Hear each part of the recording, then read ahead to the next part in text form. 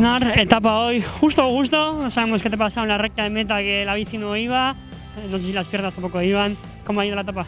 Bien, la verdad es que me he encontrado bastante fuerte hoy, pero en la recta de meta he tenido un fallo un poco de juvenil, que he ido a meter el plato y me ha fallado, pero bueno, me he encontrado bastante bien, en el último puerto he arrancado y bien, buenas sensaciones para las siguientes etapas. Habéis conseguido reventar al líder.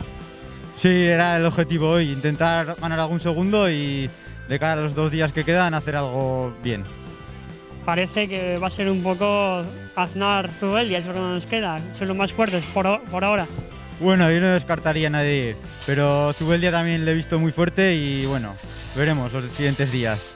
La estrategia seguirá siendo la misma, atacar en el último puerto y llegar a meta, o habrá que cambiar un poco y ya te conocen.